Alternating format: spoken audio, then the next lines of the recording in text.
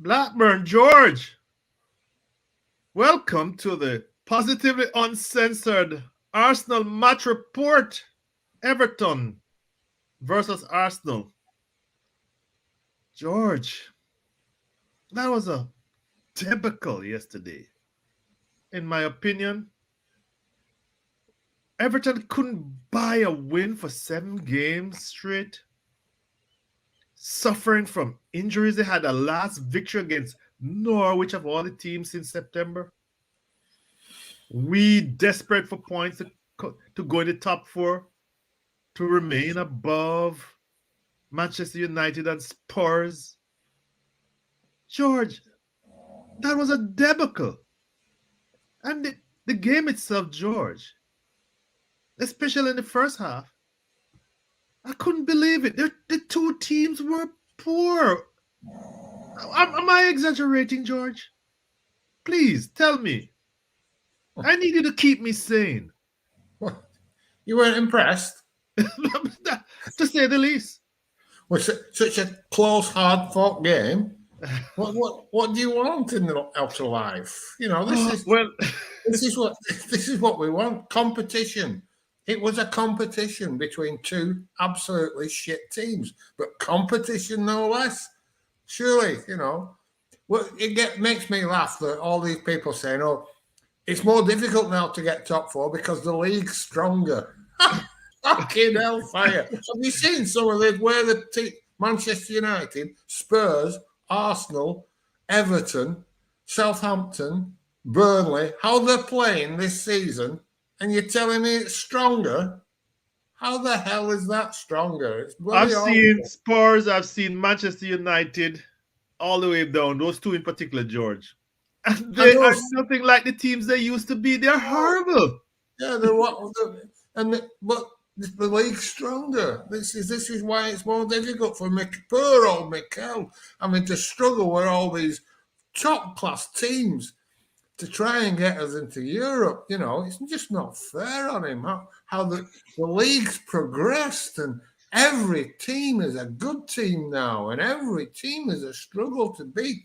Poor Mikel. I mean, really, we should be grateful that we're not in the relegation zone. You're sounding like Grove and Gunner blog. Have you had a what's become of you? Jesus Christ, George. Yeah, I'm being sarcastic. That's the difference. They're being fucking serious. The league's shit. You take the top three teams out, and it's dire. And we're one of the dire teams. I think West Ham play a very well. I mean, they're decent. Top, but hang on a minute. A decent team. They're a decent team. They're decent. Yes. 5-6 years ago, we would have put that West Ham team to the sword. You know, they're not that good. The top three teams are very good, but the top three teams have always been very good. You know, you go back to say, you know, when it was a weak league, that it was easy for Arsene Wenger.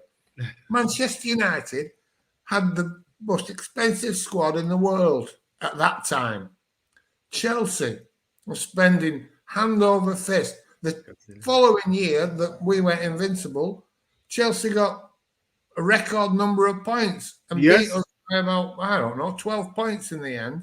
I think they were unbeaten at home too, George. I think they were unbeaten at home. I might be wrong, or was it following year? They were a top team. So were Manchester United. They had Ronaldo, Rooney, Tevez, Ferdinand. I mean, the list goes on. It was what a fabulous team they had. So those are your top three teams. So just like now, there were top three teams, and then the rest were mediocre. It's no more difficult now than it was. It's no more difficult now than it was then. You know what you're reminding me, George? To excuse us falling from the top four to mid-table. Instead of accepting that we've got worse, people would rather say everybody else has got better. It's fucking nonsense. You know what, George? When you make that analogy, it just strikes me.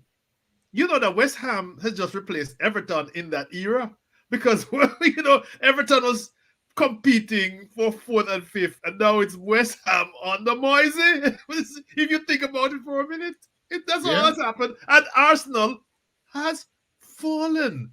And George, let's focus on that. That's what makes, I think, the uproar. Well, I don't know what they've been watching, but this has been us all season. We have fallen. George, we had 64% possession. Can you believe that? 64% possession. And we didn't look like we could score in a Warhouse, especially in the first half. And it was only George. And I want fans, perhaps, don't tell me I'm wrong. Don't think me I'm being negative. Only after Richardson's goal was ruled out and we kind of spurred us to life in the first half, we put together about 10 passes in that counter-attack. And inevitably, Xhaka set up Tierney on the cross, and the boy finished it off. And Tierney, to be fair, a bit of clever, poor control. Yes. It bounced off his knee first. It bounced off his knee first. So his only alternative was to cross the ball in. Exactly. He couldn't turn and pass it back, as he would have done if he had been in control of the ball properly. And then Odegaard shinned it in. And he did. But George, yes, sir. So you know what I'm saying? It was only then that we put together a few quality passes. George, by the way, we had only one big chance short that game. That's what I've seen on the stats as I researched this. One big chance. What in the game? Created. One big chance we created. For Eddie, presumably that yes, that one. And Aubameyang had a decent chance at the end. But George, do you remember? I'm going to defend Aubameyang here for a minute. Yeah. It looked what a miss from Aubameyang. It looked a bad miss because he missed so wide. But if you look at where he was in the box and where Pickford was positioned, it was a difficult chance. It wasn't an easy chance. That wasn't a big chance for Aubameyang. He should have got it on target. But I think if he'd have got it on target, it would have been saved anyway. I don't think it was a golden opportunity to score. It was an opportunity to get a shot on target rather than to score a goal. But Eddie, George, it's fashionable to beat up on Aubameyang now. Of course it is. And you see, look, and another thing you get, he's played crap. He's played crap since his new contract. Wow. Just fuck off. He's played crap since he's listened to Arteta and followed his instructions. Do you not see there's a pattern here? The more coaching Arteta does to these players, the worse they fucking get. The more they buy into his instructions, the worse they look. Aubameyang's tracking back, closing down, working hard. It looks fucking awful. Do you not think there's a correlation here? George, you know who looked awful yesterday? Well, a lot of people looked awful. All of them. Our friend, our $42 Thomas. million friend. I don't know. George, that shot, first of all. You know that Martin Tyler said it almost cleared the top stand in the Gladys Street end, which I can only use my imagination. I've never been there, folks. But that somebody on my our DM group said he killed another pigeon. But the more serious stat, Orbino says he was only successful in 7 of 14, maybe just over some ridiculously low number. I think he had like double figures in take-ons, 12 or 14, and he was like 7 or 8 he was successful. This is your £42 million central midfielder. Yeah, but let's look at it the same. As he buys in more to Arteta's tactics, he's getting worse. Mm-hmm. Yes, that is what yeah. He's not. And he said, "You're not telling me he's a fucking bad player. He looks a bad player, but he can't be that bad. There must be something making him look that bad. I watched his interview yesterday, and he knows he's not doing well. He's trying. It's not a lack of effort. I never thought he was a world-class player, ever, at any point. Playing for the Atletico Madrid or anybody, he would never looked a world-class player to me. But he did look a decent player. Yes. He did look like he would strengthen our team. Yes. And he hasn't been a decent player, and he hasn't strengthened our team. And what's about Ainsley Maitland-Niles? Not even in the fucking squad. The kid was man of the match last time he fucking played for us. Started a game. Man of the match. And now he's in, and El Nenny's in front of him. Hey, what the fuck's going on? What Nicholas Pepe? He can't get a fucking kick of the ball. His stats are favourable compared to everybody else in the team. And he has real problems and real faults, that kid, that young man. Yes. But so do the rest of them. At least he fucking scores and assists. What the fuck? He's not even getting a sniff. They're bringing a fucking lad on who's missing sitters and doesn't want to be at the club, won't sign a new contract, and we're bringing him on instead of Nicholas Pepe, who scores goals and creates. And all right, he runs up blind Alex, and he's not saying he's a great player, but he can't be worse than what we're seeing, can he? Can he? George, can you imagine? And I couldn't believe it myself. But when Saka went down the first time with a clash of knees, I saw Eddie warming up on the sidelines, and I was like, "What the fucking hell where is Pepe?" I mean, and I just didn't want. And then so he kept going and then he eventually brought him. So he was seriously, and this, as people say, the guy wants to get out. It wasn't a joke. He wasn't just having a laugh. Fucking hell. Jesus Christ, George. That first half, though, George, and let's just go back to something. Let's go back to and overall, because you and I are not technical. We're not into the tactical breakdown of the game. We are just commentators. But you made a point about Partey, and nobody, people again says we're negative Nellies, but from the very beginning of this season, Ehab in particular pointed out that he's not very good. He's not a bad player, but he's not very good. And then it takes the guy to tell these experts who are saying that, oh, he's the greatest thing since sliced bread, even the media. For him to say he's only at 4 out of 10. What is it that why people refuse? That's a question to you. Then a question: why people refuse to see the obvious? No idea. I mean, come on, put on your Gunner blog and Legrove and Robbie. Robbie will have given him an 8 or a 10. I've seen I'm a Robbie, post game. Oh, that guy's we saw it the other week, didn't we? Thomas Partey is fit. That's a big boost to Arsenal. And I said at the time, is it? Fucking don't see it as a boost, me. I think we'll go backwards once he's back in the team, because Lukongo and Ainsley Maitland-Niles looked a much better midfield pairing than when they brought him in. But Arteta's, he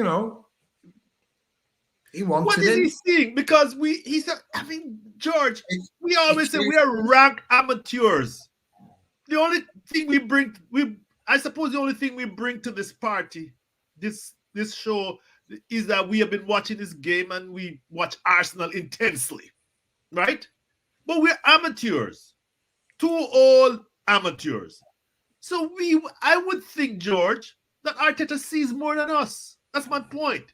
Why can't he see it? Well, maybe he does see it. I don't know. What some of the decisions he made are just nonsensical. I don't even see what his end game is. He's real.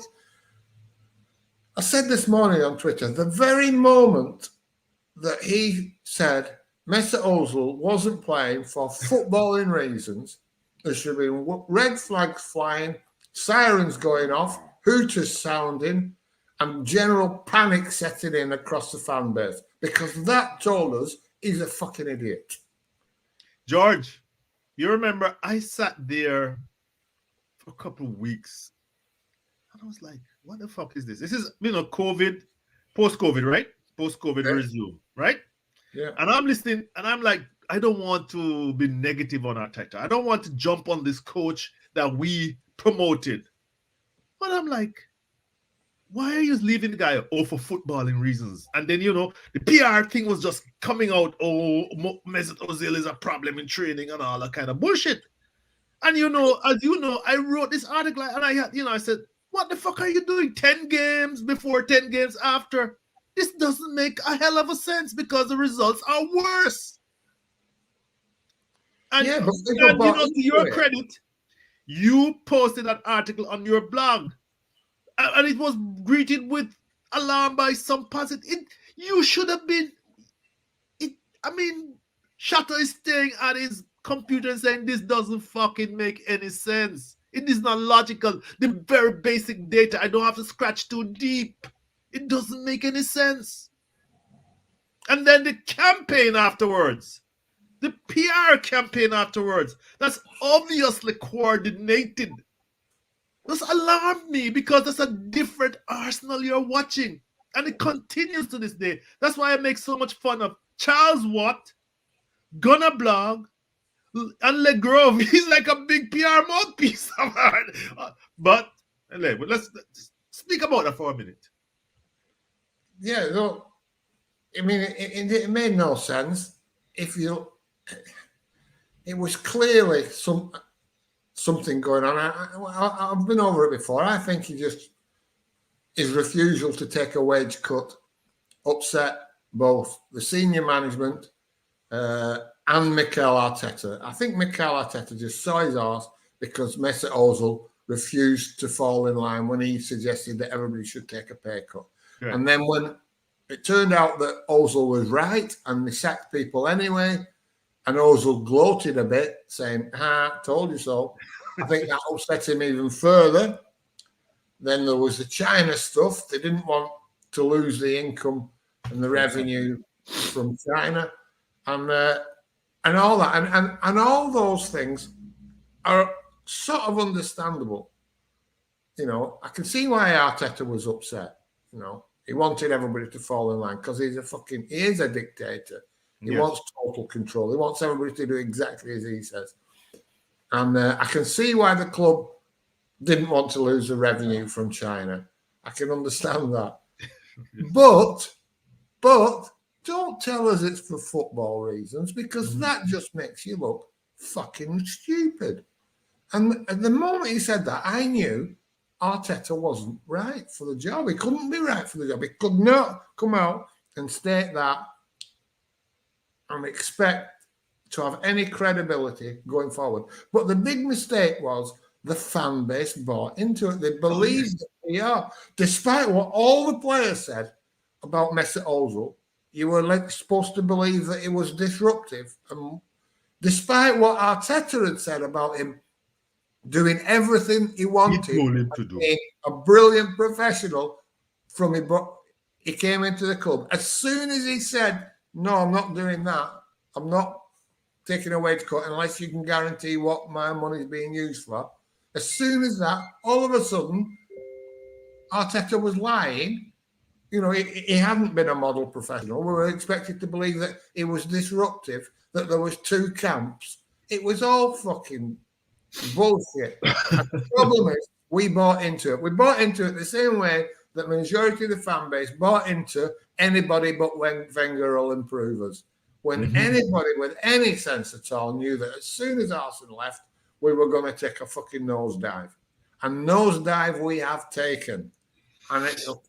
And we're not climbing out of it anytime soon. It's going to get worse before it gets better. If it ever gets fucking better, by the way. Because now we're not even seen as an attractive club. relative to the other top 4 or 5 teams in the league. Players will start choosing to go to fucking Newcastle rather than Arsenal. But well, still, George, it's not even the players, it's the agents. If the agents know, the agents, but I don't mean financially. I mean, what are we offering? Professionally. We're not good football. We're not going to develop people's careers. They'll be looking at players that have come here, Pepe, Partey, and all of a sudden the careers take a nosedive. It's not like you're coming to Arsenal to improve. You're coming to Arsenal to sit on the bench and everybody laugh at you because you're fucking crap and you cost 70 odd million pounds. It's just, it's about, why are people surprised? Why are people surprised about last night?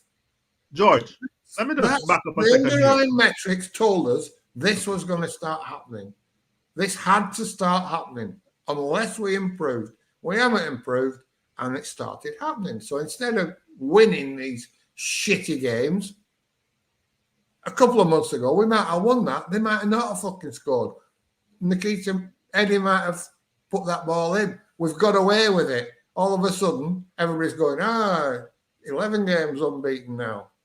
But it was there for everybody to see. People were refusing or couldn't see it.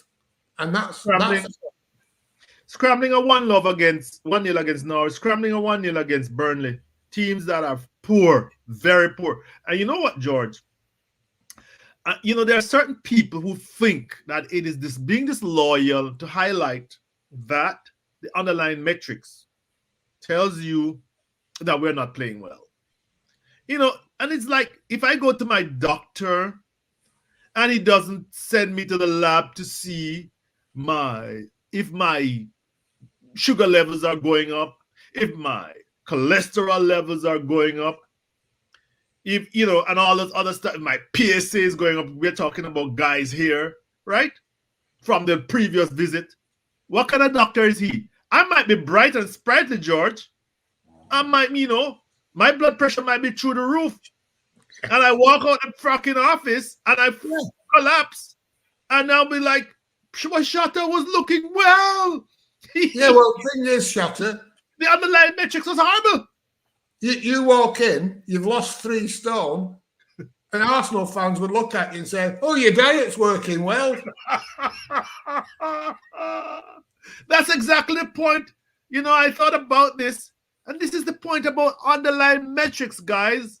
They tell you if you're not doing well, you might be doing. I mean, George, I knew a guy driving nice and doing well. He was kind of feeling feverish. Walked into the hospital emergency room. He had walking pneumonia. Next, he was dead in 1 day. The underlying metric said you were suffering from walking pneumonia. You, my friend, a good friend of mine, you're a goner. That is the point of underlying metrics, guys. And for example, our good friend H. Layman's has done a series to tell you that saying the process is not working, the metrics, expecting non-penalty expected goals for, non-penalty goals against, the defense has not improved. There are more, George. I mean, even if you just take a basic stats like your goal difference, our goal difference is now -4. 14 games into the season. Yeah, but, to be fair, we can keep a clean sheet against Newcastle and Burnley. We must be defending better. It's absolutely fucking nonsense. We're not defending better. All the underlying stats. The problem with underlying stats is people will reject them if it feels that it suits their argument. We're 5th. Fuck the underlying stats. Underlying stats mean nothing. If we were 17th, but underlying stats said we should be 8th or 9th, you'd hear nothing but underlying stats. Right. People only pick them, use them or reject them, depending on what argument they want to put forward. But you cannot get away from them. We've been saying this on this podcast week in, week out. They will come back to bite you on the arse. And yesterday was not a turnaround, was not unfortunate, was not a particularly bad game. It was simply a reflection of what the underlying stats told us had to happen eventually.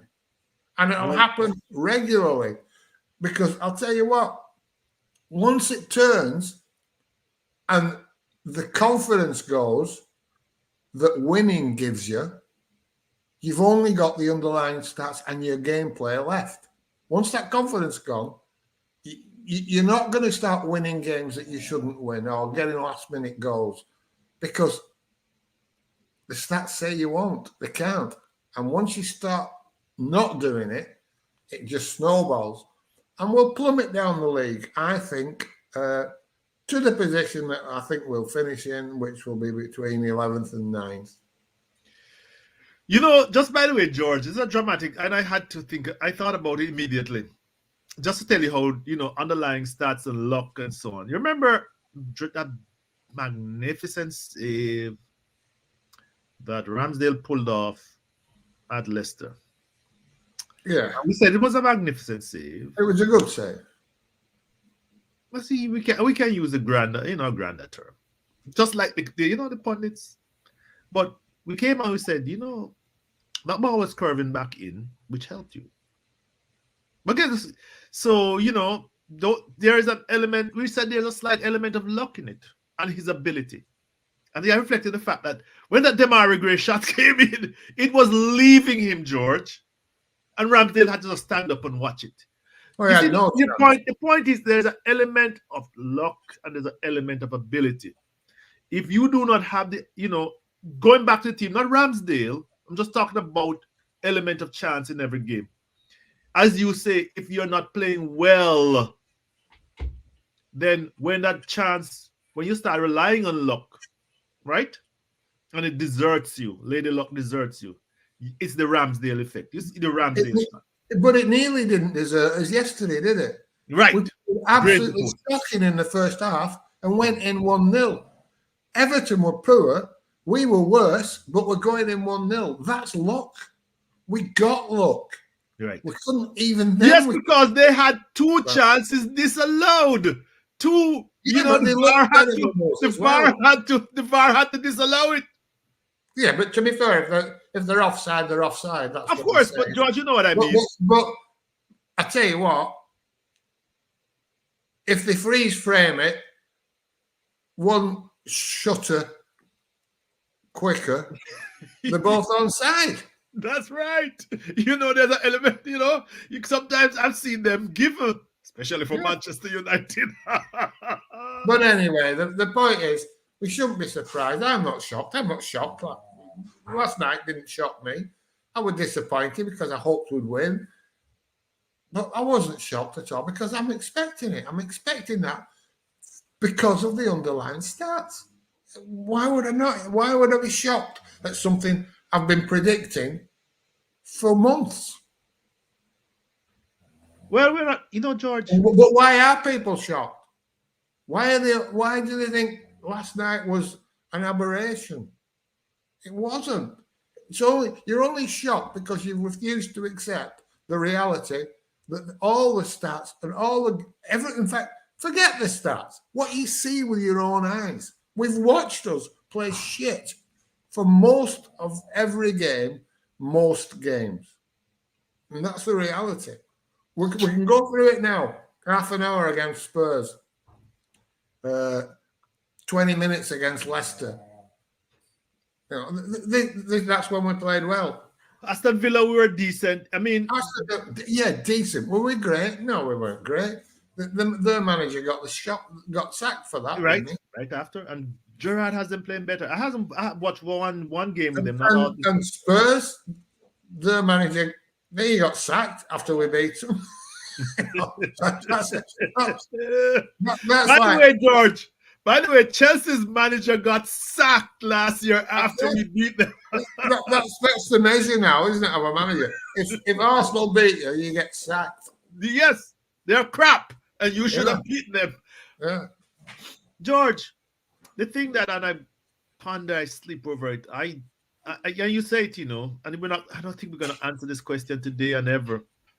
But you, me, Ehab, the whole entire group, we've been saying this, and nobody wants to listen. I mean, we would say we have improved, but we haven't improved a lot. And that is what happened yesterday. I mean, Everton is losing. Didn't have Calvert Lewin. It didn't have Yeremina. He only lasted 30 minutes. They struggled to, struggle. You know what? Even Odegaard admits it. They let us play, George. They left it. I mean, I never saw Arsenal get so many easy passes. And yet we couldn't create.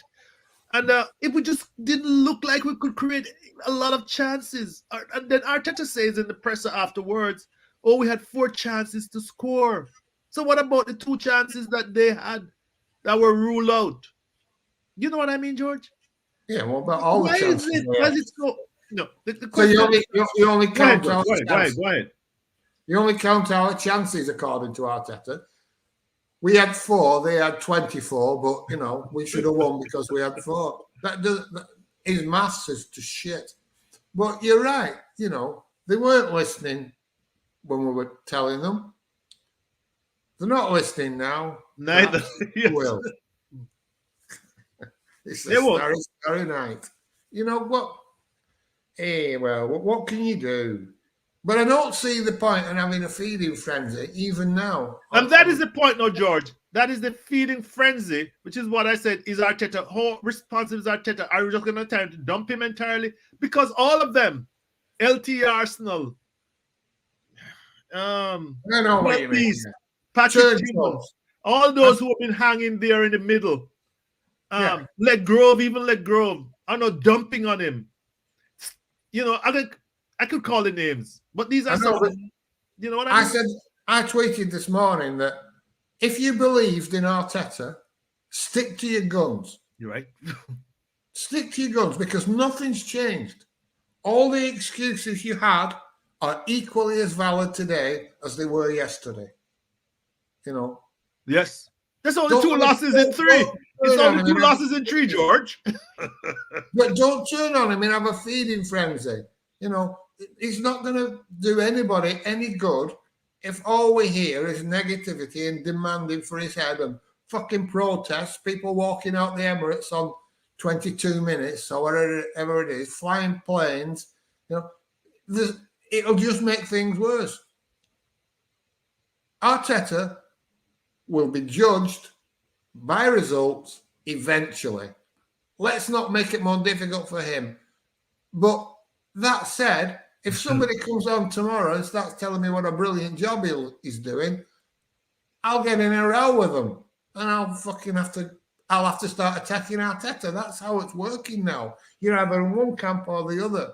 And I just don't see how it ends well for anybody. I don't see how it ends well for Arteta, how it ends well for the club, how it ends well for the players, because he's ruined some of these players. Pepe in particular. There's no way back for them because the fans are against them. Even if Arteta went today, the fans have turned against these players. A new manager, they're not going to be forgiven if a new manager comes in. They're already against these players. He's ruined so many of them, that... He turned the club... I mean, he turned the club against Ozil. I mean, if he would brought him back, he would never... I mean, unbelievable. How, in God's name, for the love of God, somebody tell me how you can turn the fan base against one of the greatest players to have played in the league, let alone played for Arsenal. How do you do that when all he did was be our best player? And even when Arteta came in, the first 10 games, he played every Premier League game. He never walked off the pitch with us losing. Exactly. And he was the one of, if not the best player on display. And somehow they turned the fan base against him. How the fuck did they do it? For the love of God, somebody tell me. How did they do that? It's like a fucking... Darren Brown did that, you have to put it on replay and think, how the fuck's he done that? It was a magic trick. that they turn the fan base against Mesut Ozil. And living vicariously, trying to exploit any failings that he might have, the imagined failings that he might have at Fenerbahce. Living vicariously off his feelings, trying to say, well, we got rid of him. And have you seen how well he's doing? How well oh, he's you are fucking hell. They're second in the Turkish league. Second now. He's the top scorer. He's fucking running games. Top assist. You see pictures of him in training, laughing and joking and smiling and having a great time. And the headlines in the English press are Ozil unhappy at Fenerbahce. Anyway, enough of poor Messi. He's gone. Those days have gone. Yeah. But they turned the fan base against him and they refuse to face the fact. But George, I'm not going to prolong this. We are talking about Arsenal now. So George, you have a couple of games coming up. Just a moment, folks. George is disrupted. Yeah, sorry about this. Yeah, okay, we'll put that on hold. Hope it's not. I'm going to have to go, Shotter. Okay. Well, thank you, George. We missed. Probably might as well we go now. Thank you, George. All right. Sorry about that, folks. Yeah. Hope the Arsenal don't get too depressed. All right, George. Keep watching and smiling. Bye. Yes. Bye. We'll get together again.